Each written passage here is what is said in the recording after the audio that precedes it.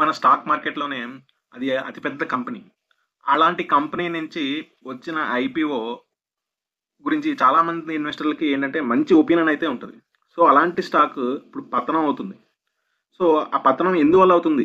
ఇంత మంచి కంపెనీ నుంచి వచ్చిన స్టాకు ఇంత పతనం అవ్వడానికి గల కారణాలు ఏంటనేది ఈరోజు మన అనాలిసిస్ అన్నమాట. Hi friends! Welcome to our channel stock idea Telugu. ఈరోజు మనం తెలుసుకోబోయే స్టాక్ ఏంటంటే జియో ఫైనాన్షియల్ సర్వీసెస్. మీకు అందరికీ తెలిసిందే. ఈ కంపెనీ రిలయన్స్ నుంచి సెపరేట్ మీన్స్ రిలయన్స్ ఇండస్ట్రీ నుంచి వచ్చిన ఒకనొక ఐపీఓ అనమాట. సో ఈ కంపెనీ మేజర్గా చేసే పని ఏంటన్నది ఇప్పుడు మనం తెలుసుకుందాం. వీళ్ళు ఏంటంటే ఫైనాన్షియల్ సర్వీసెస్ కాబట్టి పేరులోనే ఉంది, వీళ్ళు ఇచ్చేది లోన్స్. ఇక్కడ మీరు చూస్తున్నారు కదా డిస్ప్లే మీద, మెయిన్ లోన్స్, తర్వాత ఇన్సూరెన్స్ ప్లాన్స్. వీళ్ళు ఇన్సూరెన్స్ కూడా సెల్ చేస్తారు. వీళ్ళకి జియో ఇన్సూరెన్స్ కంపెనీ ఉంది కదా, దీని ద్వారా వీళ్ళు చాలా ఇన్సూరెన్స్ కంపెనీస్తో టైఅప్ అయ్యి వాళ్ళ ద్వారా వీరు ఇన్సూరెన్స్ ప్లాన్స్ అయితే కస్టమర్కి సేల్ చేస్తారు. అలాగే డిజిటల్ బ్యాంకింగ్, ఈ రోజుల్లో డిజిటల్ బ్యాంకింగ్ తెలుసు కదా, అన్ని UPI, debit cards, credit cards, ఈ సర్వీస్ని కూడా జియో ఫైనాన్షియల్ సర్వీస్ అయితే ప్రొవైడ్ చేస్తుంది. యూపీఐ పేమెంట్స్ అందరికీ తెలిసిందే. సో ఇది మేజర్ బిజినెస్ అనమాట. జియో ఫైనాన్షియల్ సర్వీసెస్ యొక్క మేజర్ బిజినెస్. ఇది మనకి మార్కెట్లో లాస్ట్ ఇయర్ ఐపీఓగా లిస్ట్ అయింది. సో చాలా మంది ఇన్వెస్టర్లు ఏమనుకున్నారంటే రిలయన్స్ నుంచి వస్తున్న, చాలా రోజుల తర్వాత వస్తున్న ఐపీఓ కాబట్టి చాలా మంచి ఎక్స్పెక్టేషన్స్ ఉన్నాయి. అలాగే వీటికి ఉన్న పెద్ద నెట్వర్క్ ద్వారా ఈ ఫైనాన్షియల్ సర్వీసెస్లో జియో మొబైల్, మనకి జియో సిమ్ గురించి తెలుసు కదా, వచ్చిన తర్వాత ఎంత ఒక్కసారిగా మిగతా ఇండస్ట్రీని మొత్తం కుదిపేసింది. అలాగే ఈ స్టాక్ కూడా అందరూ ఎక్స్పెక్ట్ చేసింది ఏంటంటే మొత్తం ఫైనాన్షియల్ సర్వీస్ ఇండస్ట్రీనే ఒక మంచి చేంజ్ అయితే తీసుకొస్తుందని అందరూ చాలా విధాలుగా ఎక్స్పెక్ట్ చేశారనమాట. కానీ ప్రజెంట్ ఆ షేర్ ఏమైంది, మనకి ఐస్ నుంచి దాదాపు లోస్కి పడడం జరిగిందనమాట. దీనికి మెయిన్ కారణాలు ఏంటన్నది ఇప్పుడు మనం డిస్కస్ చేసుకుందాం. ముఖ్యంగా మొదటి కారణం ఏంటంటే టోటల్ ఇండియన్ మార్కెటే కొలాప్స్ అవ్వడం అనేది. కొలాప్స్ మీన్స్ దాదాపు ఇప్పుడు నిఫ్టీ చూస్తే హైస్ నుంచి దాదాపు 12-13% ఫాల్ అయింది. ఇప్పుడు టోటల్ బ్రాడ్ ఇండెక్స్లే మనకి అంత పడినప్పుడు ప్రతి షేర్ కూడా పడుతుంది. ఎందుకంటే ఇప్పుడు మార్కెట్ పడుతుంటే షేర్లు పెరగడం అనేది ఎక్కడ మనం గమనించామా? రేర్ కేసెస్లో ఉంటాయి, ఏదైనా న్యూస్ వల్ల కావచ్చు, లేదంటే వాటి కంపెనీ యొక్క పెర్ఫార్మెన్స్ వల్ల కావచ్చు. కానీ మ్యాక్సిమం షేర్స్ మన ఇండెక్స్లను అయితే ఫాలో అవుతాయి. ఎందుకంటే బ్రాడ్ ఇండెక్స్లే దాదాపు 12-13% పడ్డాయంటే షేర్స్ పడడంలో పాయింట్ ఏం లేదు. కానీ ఏంటంటే మన మార్కెట్ 12-13% పడినా ఈ షేరు నియర్గా 35-40% మధ్యలో పడింది అనమాట. సో ఇంతలా పడిపోవాల్సినంత అవసరం లేదు. మార్కెట్ 12-13% పడినప్పుడు 40% నియర్గా పడిపోవాల్సినంత అవసరం అయితే లేదు. కానీ దీనికి ఏంటంటే మేజర్ రీజన్స్ అయితే ఉన్నాయి. ఇందులో ఒకనొక రీజన్ మన టోటల్ మార్కెట్ ఫాలో అవడం అనేది కూడా మన ఈ సెల్లింగ్కి కొంత పాయింట్ అవ్వచ్చు అనమాట. ఎందుకంటే ఎఫ్ఐఎస్ సెల్లింగ్ ఉంది, అలాగే మన దానివల్ల రూపీ వాల్యూ తగ్గడం, నేను అన్నిటి రీజన్స్తో మార్కెట్ ఫాలో అవుతుంది. ఆ మార్కెట్ ఫాలో ఈ షేర్ కూడా ఫాలో అవుతుంది, అది కామన్. కానీ ఏంటంటే 40% ఫాలో అవ్వాల్సినంత రీజన్స్ ఏంటన్నది కూడా ఇప్పుడు డిస్కస్ చేసుకుందాం. సెకండ్ రీజన్ ఏంటంటే Q3 రిజల్ట్స్. కంపెనీ యొక్క Q3 రిజల్ట్స్ చాలా వీక్గా ఉన్నాయన్నమాట. ఇప్పుడు వాటి గురించి కూడా ఒకసారి చూద్దాం. ఇది కంపెనీ యొక్క క్వార్టర్లీ రిజల్ట్స్. ఇప్పుడు మీరు బ్రాడ్గా చూస్తే ఇక్కడ చూస్తున్నారు కదా, ఇది క్వార్టర్ వైజ్ రిజల్ట్స్ ఇక్కడ చూపిస్తున్నారు. ఇప్పుడు ఇందులో మీరు మెయిన్ చూడాల్సింది ఇంట్రెస్ట్ ఇన్కమ్. ఎప్పుడైనా సరే ఫైనాన్షియల్ సర్వీసెస్లో వాళ్ళకి మెయిన్ ఇన్కమ్ ఏది? ఇంట్రెస్ట్ ఇన్కమే. సో ఇది లేటెస్ట్ క్వార్టర్ యొక్క ఇంట్రెస్ట్ ఇన్కమ్ ఎంత? 210 crores అనమాట. ఇదే లాస్ట్ క్వార్టర్ ఎంత వచ్చిందని చూస్తే, ఇది లాస్ట్ క్వార్టర్ సెప్టెంబర్ 2024, 204 crores. అదే లాస్ట్ ఇయర్ ఇదే క్వార్టర్కి ఎంత వచ్చిందని చూస్తే 576 crores. 576 crores లాస్ట్ ఇయర్ ఇదే క్వార్టర్లో వస్తే ఇప్పుడు ఎంత వచ్చింది? 210 crores మాత్రమే వచ్చింది. దాదాపు 50% పైనే ఇంట్రెస్ట్ ఇన్కమ్లో ఫాల్ అయితే ఉందన్నమాట. అలాగే ఇప్పుడు last quarter revenue from operations అని ఉంది కదా, అంటే వీళ్ళ టోటల్ ఆపరేషన్స్ నుంచి వచ్చిన రెవెన్యూ ఎంత ఉంది? లాస్ట్ క్వార్టర్ 693 crores, ఈ క్వార్టర్ 438 crores మాత్రమే. దీనికి మెయిన్ రీజన్ ఏంటంటే డివిడెండ్ ఇన్కమ్ అనమాట. లాస్ట్ క్వార్టర్ డివిడెండ్ ఇన్కమ్ ఎందువల్ల వచ్చిందంటే ఇది కూడా కొంత హోల్డింగ్ కంపెనీ అనమాట.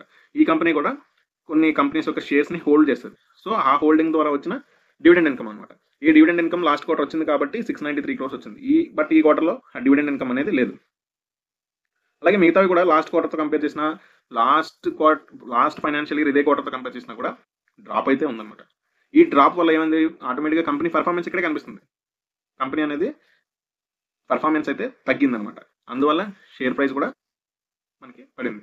దీన్ని డీటెయిల్గా చూద్దాం అనుకుంటే మన స్క్రీన్ వెబ్సైట్ ఆల్రెడీ మీకు చెప్పాను కదా, ఏదైనా మన స్టాక్ గురించి మన కంప్లీట్ డేటా ఒక దగ్గర కావాలి అనుకుంటే స్క్రీనర్లోకి వచ్చి మనం ఏదైతే కంపెనీ గురించి అనాలిసిస్ చేద్దాం అనుకుంటున్నామో ఆ కంపెనీ మనం ఇక్కడ ఎంటర్ చేస్తే దాని యొక్క డీటెయిల్స్ ఇలా వస్తాయి అన్నమాట. అలాగే దీని మార్కెట్ క్యాప్, దీని కరెంట్ ప్రైస్, ఐఈలో స్టాక్ పిఈ, బుక్ వాల్యూ ఇవన్నీ చూస్తారు. జనరల్గా ఫైనాన్షియల్ సర్వీసెస్లో వచ్చే స్టాక్స్కి పిఈ చూడడం కన్నా బుక్ వాల్యూ చూడడం కరెక్ట్ అనమాట. ఎందుకంటే దాని బుక్ వాల్యూని బట్టే ఫైనాన్షియల్ సర్వీసెస్ యొక్క దాని స్ట్రాంగ్నెస్, దాని గ్రోత్ అనేది క్యాలిక్యులేట్ చేస్తారు. కాబట్టి ఫైనాన్షియల్ సర్వీసెస్లో ఏ స్టాక్ కన్నా మనం బుక్ వాల్యూని కన్సిడర్ చేయడం అనేది బెటర్ ఆప్షన్ అనమాట పిఈ కన్నా. సో ఇప్పుడు మనం అలా కిందకి వస్తే దీని గురించి ఉంటుంది. ఇక్కడ అబౌట్ ఉంది, అలాగే కీ పాయింట్స్ మనం అసలు ఈ కంపెనీ గురించి ఏంటి అని చూస్తే ఇది రిలయన్స్ ఇండస్ట్రీ నుంచి సెపరేట్ అయిన కంపెనీ.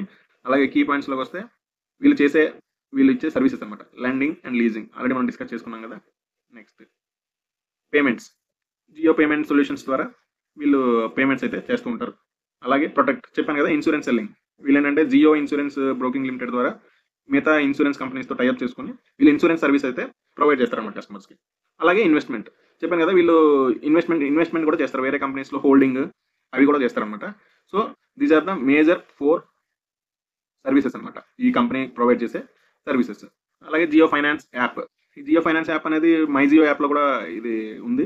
దీని ద్వారానే వాళ్ళు డిజిటల్గా వాళ్ళు ఏదైనా లోన్స్ ఇవ్వాలన్నా ఏదైనా సరే ఈ యాప్ ద్వారా కూడా సర్వీసెస్ డైరెక్ట్గా ప్రొవైడ్ చేస్తున్నారు అనమాట. Holding total company financial year 24 as of financial year 24 వాళ్ళ యొక్క హోల్డింగ్ ఇన్వెస్ట్మెంట్లో హోల్డింగ్ ఎంత 1,33,292 crores అనమాట. వీళ్ళ యొక్క కంపెనీ హోల్డింగ్ ఎంత 1,33,000. ఓకే, ఇది గుర్తుపెట్టుకోండి. దీని గురించి మళ్ళీ తర్వాత వేరే పాయింట్ వచ్చినప్పుడు డిస్కస్ చేద్దాం. సో దీస్ ఆర్ ద కంపెనీకి సంబంధించిన డీటెయిల్స్ అనమాట. ఇంకొంచెం కిందకి వస్తే ఓకే, ఈ చార్ట్ కూడా చూడండి. ఈ చార్ట్లో ఏంటంటే మనం ఏదైనా మార్చుకోవచ్చు. ఇక్కడ మనం ఏది కంపేర్ చేద్దాం అనుకుంటున్నామో అది ఇక్కడ మార్చుకుంటే ప్రైస్ ఏంటన్నది మనకి ఇక్కడ ప్రైస్ కూడా చూస్తున్నారు కదా. దాదాపు 380, 390 నియర్ టు 400 రేంజ్ నుంచి ప్రజెంట్ 200, 240 మధ్యలో ట్రేడ్ అవుతుంది అనమాట. ఇప్పుడు నేను చెప్పాను కదా ఆల్రెడీ, ఏ ఫైనాన్షియల్ సర్వీస్ కంపెనీకి అయినా సరే మనం చూడాల్సింది బుక్ వాల్యూ అనమాట. సో దాన్ని బట్టి మనం ఒకసారి కంపేర్ చేసి చూద్దాం. ఇక్కడ మోర్లోకి వెళ్తే ఇక్కడ మనకి ఆప్షన్స్ ఉంటాయి. ప్రైస్ టు బుక్, దీన్ని సెలెక్ట్ చేస్తాను. దీన్ని సెలెక్ట్ చేసుకుంటే ఇది వచ్చింది కదా. ఇది టోటల్ ఇప్పుడు వరకు మనకి లిస్ట్ అయిన దగ్గర నుంచి ఇప్పుడు వరకు ఇది ట్రేడ్ అవుతున్న ప్రైస్ టు బుక్ వాల్యూ అనమాట. ఈ మధ్యలో మిడిల్ లైన్ ఉంది కదా, ఇది మెరిడియన్ అంటే యావరేజ్ అనమాట. ఈ స్టాక్ యొక్క average price to book value అంతా 1.5, కానీ ప్రెసెంట్ ట్రేడ్ అవుతుంది ఇక్కడ 1.1. అంటే దీని వాల్యుయేషన్స్ అయితే చీప్గానే ఉన్నాయన్నది ఒక అర్థం. నెక్స్ట్ దీని యావరేజ్ వాల్యూలో ట్రేడ్ అయినా కూడా ప్రెసెంట్ ప్రైస్ అనేది మనకి చాలా ఎక్కువగానే ఉండాలి.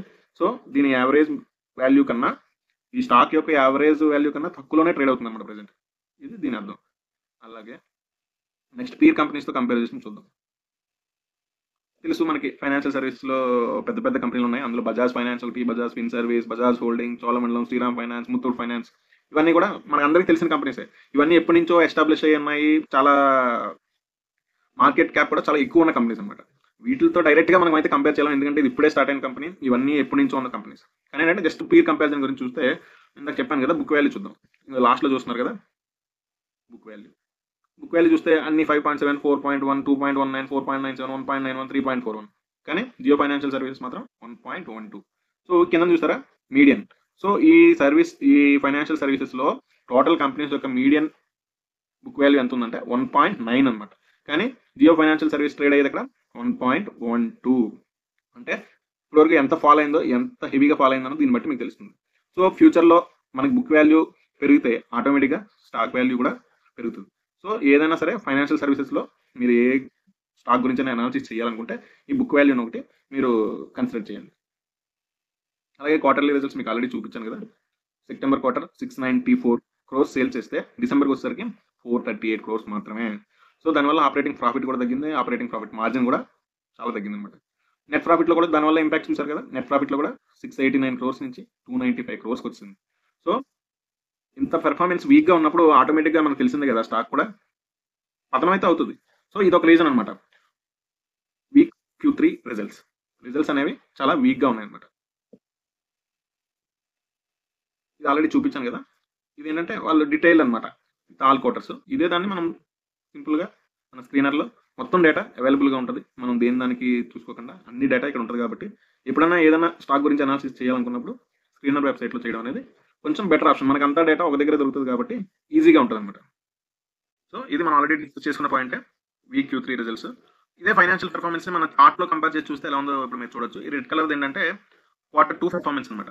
ఈ ఫైనాన్షియల్ ఇయర్ యొక్క Q2 పెర్ఫార్మెన్స్. గ్రీన్ కలర్‌లో ఉన్నది last year Q3 performance. Blue కలర్‌లో ఉన్నది ఈ Q3 ఇప్పుడు ప్రెజెంట్ Q3 యొక్క పెర్ఫార్మెన్స్. సో నెట్ ప్రాఫిట్‌లో చూసినా, లాస్ట్ క్వార్టర్‌తో చూసినా, లాస్ట్ ఇయర్ ఇదే క్వార్టర్‌తో చూసినా కూడా డౌన్‌లో ఉంది. అలాగే టోటల్ ఇన్కమ్‌లో లాస్ట్ క్వార్టర్‌తో చూస్తే డౌన్ అయింది. లాస్ట్ ఇయర్ ఇదే క్వార్టర్‌తో చూస్తే కొంచెం పర్వాలేదు. బట్ పెద్ద గ్రోత్ అయితే ఏం లేదు.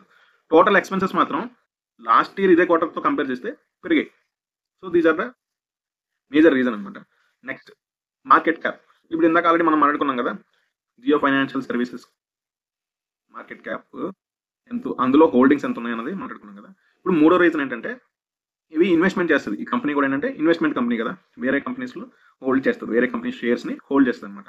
మేజర్గా మన రిలయన్స్ మార్కెట్ క్యాప్ ఉంది కదా, దీని యొక్క పేరెంట్ కంపెనీ యొక్క మార్కెట్ క్యాప్ ఎంతంటే 17,11,574 crores అనమాట. ఇందులో కూడా జియో ఫైనాన్షియల్ సర్వీస్ యొక్క హోల్డింగ్ ఉంది. ఎంత ఉంది అంటే, జియో ఫైనాన్షియల్ సర్వీసెస్ రిలయన్స్లో 6.1% వాటాని హోల్డ్ చేస్తుంది అనమాట. అర్థమైంది కదా, అంటే జియో ఫైనాన్షియల్ సర్వీసెస్ రిలయన్స్ షేర్లో 6.1% వాటాని హోల్డ్ చేస్తుంది. అంటే దీని వాల్యూ ఎంత? 6.1% ఆఫ్ రిలయన్స్ మార్కెట్ క్యాప్ ఎంత? 1,04,406 crores. అర్థమైంది కదా, 1,04,406 crores. ఇందాక మనం ఆల్రెడీ చూసాం ఈ హోల్డింగ్ మార్కెట్ వాల్యూ ఎంత ఈ కంపెనీకి, 1,33,000 సంథింగ్ ఆర్ట్ క్రోర్స్ ఉంది. అందులో రిలయన్స్దే 1,04,406 crores. అంటే ఇప్పుడు మనం Jio financials total market cap ఎంతో తెలుసా మీకు? జియో ఫైనాన్షియల్ యొక్క టోటల్ మార్కెట్ క్యాప్ 1,53,280 crores. అందులో రిలయన్స్ యొక్క వాల్యూయే 1,04,406 crores. రిమైనింగ్ కంపెనీస్ కూడా హోల్డ్ చేస్తుంది కదా, వాటి యొక్క వాల్యూ 23 crores. జనరల్గా హోల్డింగ్ కంపెనీస్కి ఏంటంటే 50% డిస్కౌంట్లో నడుస్తుంటాయి అనమాట. వాళ్ళు హోల్డ్ చేసే కంపెనీ యొక్క వాల్యూని 50% డిస్కౌంట్లో మాత్రమే కన్సిడర్ చేస్తారు. దాన్ని బట్టి చూస్తే ఇప్పుడు మనం టోటల్ మార్కెట్ క్యాప్ చూసాం కదా, టోటల్ మార్కెట్ క్యాప్ 1,53,000. అందులో వీళ్ళు ఇన్వెస్ట్మెంట్ మార్కెట్ ఎంత ఇన్వెస్ట్మెంట్ ఉంది ఫైనాన్షియల్ ఇయర్ 2024 అనేది మనం ఇందాక ఆల్రెడీ చూసాం, 1,33,292 crores. ఇందులో 50% అని చూసుకున్నా దాదాపు 60 to 70 crores value, company value అనేది ఇన్వెస్ట్మెంట్స్ మీదే డిపెండ్ అయి ఉందన్నమాట. ఒకసారిగా రిలయన్స్ షేర్ కూడా మనం చూస్తే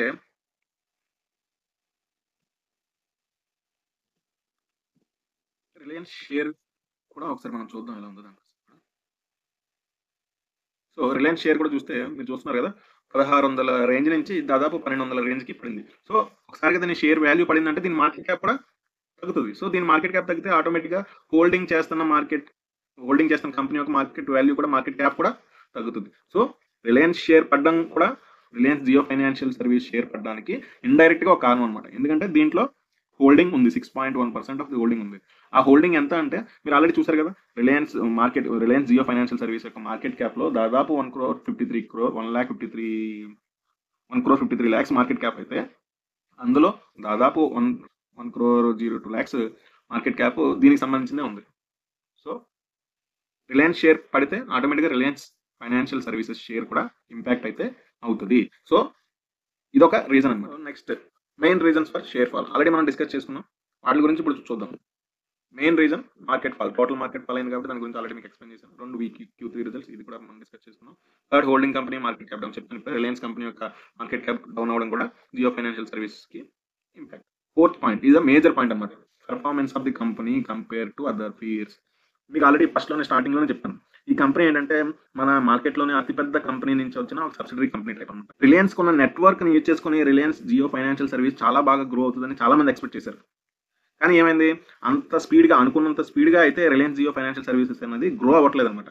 ఎందుకంటే రిలయన్స్కి చాలా మంచి నెట్వర్క్ ఉంది, రిలయన్స్ జియో ఉంది, జియో సర్వీసెస్ ఉన్నాయి. వీటిని యూజ్ చేసుకుని ఈ ఫైనాన్షియల్ సర్వీసెస్లో మనకి జియో లాగే పేమెంట్ సర్వీసెస్ కూడా, ఈ ఫైనాన్షియల్ సర్వీసెస్ కూడా గ్రో అవుతుంది.